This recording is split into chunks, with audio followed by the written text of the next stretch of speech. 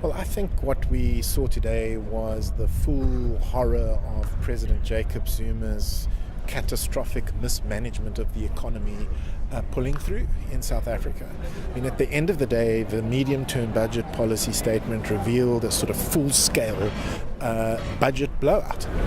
What do you think of the mini budget? Are you happy with things from an economic transformation perspective? Yes, I'm happy. All right. And when the time starts to implement any program, cost implications will be looked, issues of transformation will be looked at, but issues of the environment must also be looked at.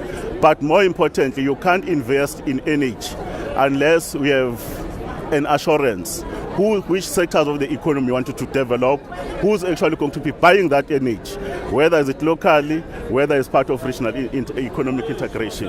Who's going to buy into SAA when they owe the banks 15 billion rand?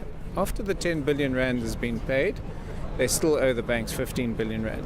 It's really not a starter. The airline really needs to be stabilized and put into a profitable position before you can really think about private equity. So therefore it lies to the board and the new executive to steady the aeroplane. Indeed, the airplane is about to crash and they may be able to pull out of the dive and save it, but we don't have high hopes of that being able to happen unless they're given free rein to run it as if it were under business rescue. In other words, no constraints, political constraints put on them. So for us, what stood out today was the 50 billion rand shortage of tax collection that is projected. And this will present significant impact on the government debt and government debt service levels. We know that is the fastest growing item on the budget, is the amount that we have to pay, the interest that we have to pay on that debt. So that is a big concern for us. Government owns a lot of assets. Some of them are not being used. We are currently looking throughout the whole of government. We are engaging with Public Works. We are engaging with the Department of Rural Development in terms of assets that we have. Once we've identified all of those, then we'll make recommendations to this committee, which will make these hard decisions to sell, obviously based on the quantum of what's needed.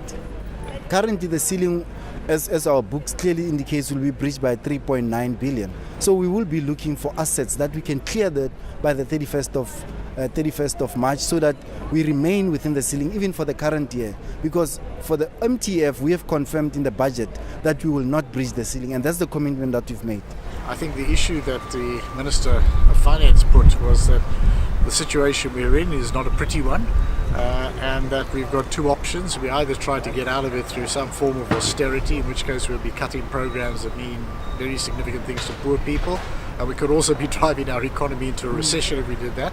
The alternative is to try to work to promote high levels of more inclusive economic growth. If we can deal with that small business development, we will see tremendous growth. If we can deal with the skilling of young people, we can have tremendous impetus, because part of the problem of some of the businesses not succeeding is because people don't have the requisite skills and they give up quickly. But more than anything, if we can aggregate what we have out there and search for the ones who already have ideas, who are starting, who just need an impetus of a little bit of finance, we'll be able to achieve economic growth. It won't be easy, it will be slow, but we will get there over time.